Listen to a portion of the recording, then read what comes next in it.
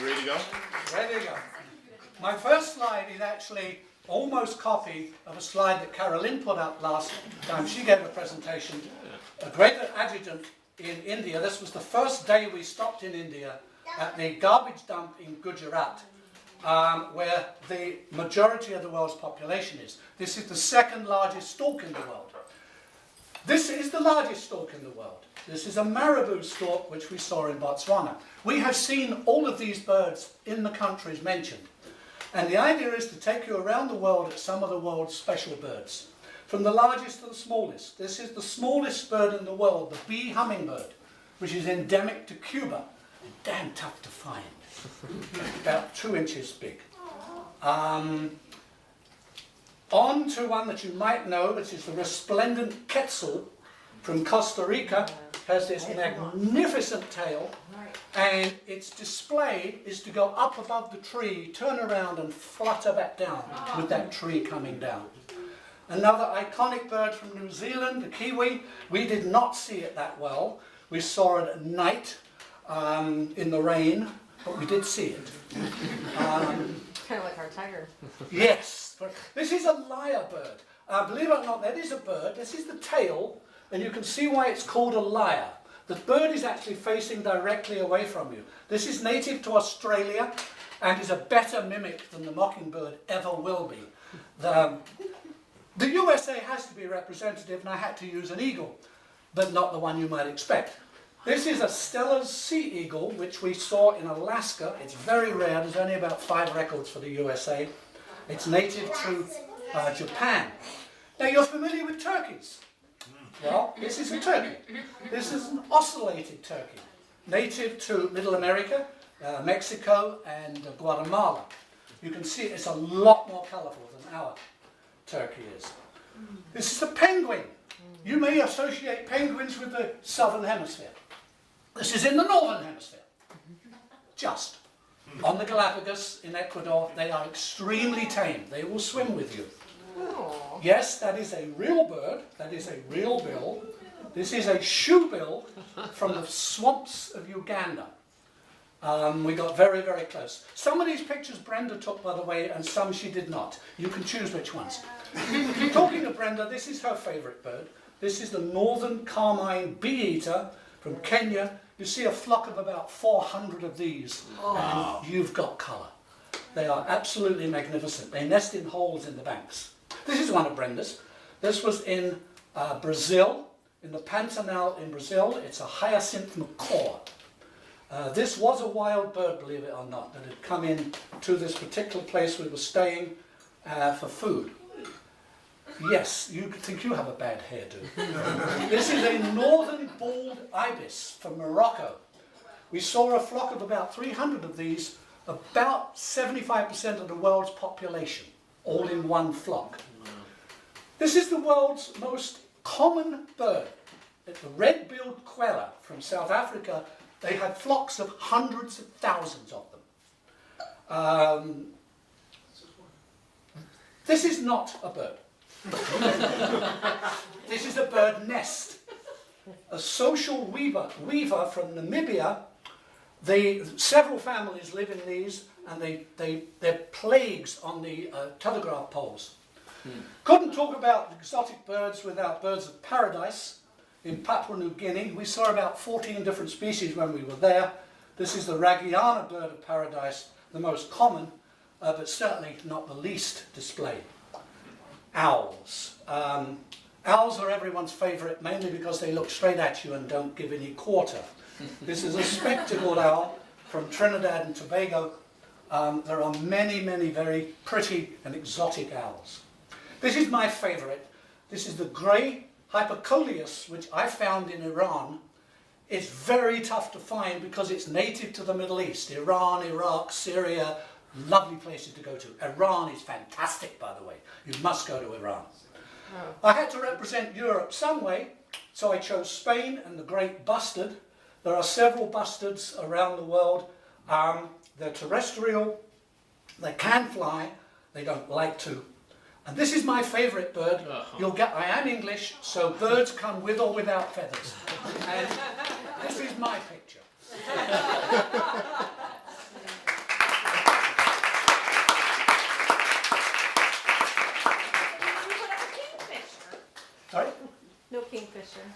I did not choose your kingfisher. Questions? Yes. How did you decide which birds to, other than like representation, like how did you choose which birds to include in this presentation? It was difficult. I tried to cover the planet, places we've been to. I couldn't, because I only had 14 slides. I tried to get ones that had some interest to them, something I could say rather than here's another pretty bird, which it would have been easy. I could have done, I've seen 4,870 species, so it would have been, I could have bored you to tears. 4,800. Preston? How did you make a slideshow of bird pictures so engaging? Thank you. I spent 5 weeks with the man. He's British pretty thing. engaging. There's one word for it. Renata? You mentioned that there was one bird, kind of like the first third of your pictures, that was the most common. What Yes. makes it the most common? Red-billed queller. If you look at the world's population of birds and list it by the number of the population of each species, it's number one. More than pigeons? Yes. Wow. Red-billed queller in South Africa, hundreds of thousands of them in flocks. And Did I they lose cause a lot of damage. by the There it way. is. They're only in South Africa. They're in southern Africa in general. What's your favorite bird? Ah, I asked I hate that Narrow it question. down to top 3. I hate that question. That actually was pretty cool. I really don't have one. I like raptors, hawks, and birds with character. Apart from Brenda, of course. Can you give us an overrated bird and an underrated bird?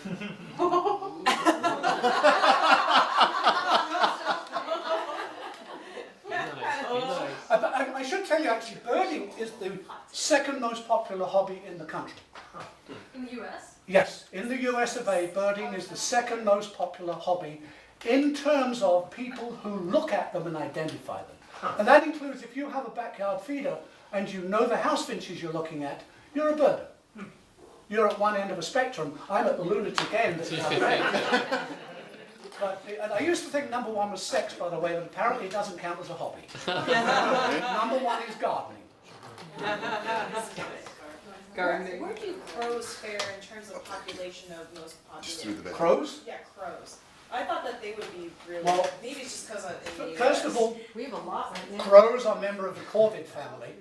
There are 75 corvids on the planet, maybe 100. So in any given location, many crows are quite common. In some locations they're extremely rare. Hawaii, for example, there's none left in the wild. They're only in captivity. So although it may be the bird you see every time you go out, that is only in the United States. The American crow is limited to the United States. In Europe, you've got hooded crow and carrion crow. In Africa, you've got other crows. Yeah. I mean, Was the kiwi bird named after the fruit, or was the kiwi fruit named after the bird? It looks like a I actually kiwi. thought that. there are Rough crowd, rough crowd. there are 3 different species of kiwi. I know that. I think I might be able to answer that one actually. Oh yeah. I have a guess, which may be verifiable. I think that the kiwi, the New Zealander, was named after the kiwi, the bird, Okay. and then the fruit was named after the New Zealander. Because they grow it in They used to be, New Zealand. they used to be Chinese gooseberries, Oh, and then interesting. they were taken to New Zealand to grow. And repopularized as the kiwi fruit. I like it. Fruit from New Zealand. Google says so. Very good. Thank you. I would think the gooseberries would be Brown and smaller. furry. Then, Well, Chinese gooseberry. It's just a- yeah. Because they are both brown and furry. That's Like, very hard. it's pretty obvious connection. Go ahead. There's flocks of green birds that reside in London. Do you know what kind of bird they are? Green Yes. birds, London. Yes. Probably ring-necked little parakeets. Or they could be budgerigars, but how big are they? In London? London, England? Yes, because I lived in London for 2 years, and it literally fascinated me because I didn't understand why there's tropical or exotic. No, they were smaller. Yeah. I don't know. There were none there when we lived there, so I don't know. There are many exotic parrots around the world. Okay. For example, in Sunnyvale, there's some red masked parrots. There's a flock of them been here for years. There's a flock in San Francisco. They're not native, no. The only native North American parrot is extinct. It was the Carolina parakeet. It was here when the white men first arrived. They are dead. They're gone. There's none left whatsoever. Anna? What bird is most intelligent? Intelligent? Yeah. Raven? Like I know like some It depends. parrots are very It intelligent. depends on how you define intelligent. Sure. And I don't have a straight answer for you. Lots of What are birds. some very intelligent birds? Lots of birds are mimics. They will imitate what they're told. Parrots are famous for it. They're not the best by any means. The lyrebird is better than any parrot. I've And heard some recordings of that on like imitating a chainsaw. yes, yeah, that is Oh, I sad. think I No, saw this that. is true. The lyrebird in Australia imitates chainsaws as its home is being chopped down. Oh, wow. Yes, it's true. I've heard it. Actually heard it in Queen Elizabeth Park, just south of Sydney. Jamie? What are some of your favorite birding moments? Like spotting a bird that you'd never expected to see, kind of a thing, or where did it happen? I've been birding for about a year in Ottawa, where we used to in Canada, and I walked into the forest, and a blue jay popped up in front of me and made a sound I'd never heard a blue jay make, and dove into a bush. So I followed it, and then sitting in the middle of the bush was a boreal owl. It's about that big. It lives in the tundra around the north. I found my own boreal owl. Yeah. Finding your own rare birds, like the grey hypocoleus, there's something special about that. And many birders spend hours in the field trying to find those special birds. And then people like me go and look at them afterwards and tick them off on lists. Very cool. So how do you know? Like, what's the process if you see a bird and you're like, oh, I don't know what that bird is? How do you find out what the bird is? You just know. There are many tools at the moment. I mean, and I could talk history on this as well. There are field guides for each locality, text, descriptions, photographs, etc. There are online features. There's one called Merlin, where you can load it onto your phone. You can literally take a picture of the bird and it will identify it for you. Or you can record the bird's song and it will identify it for you. But you have to be careful.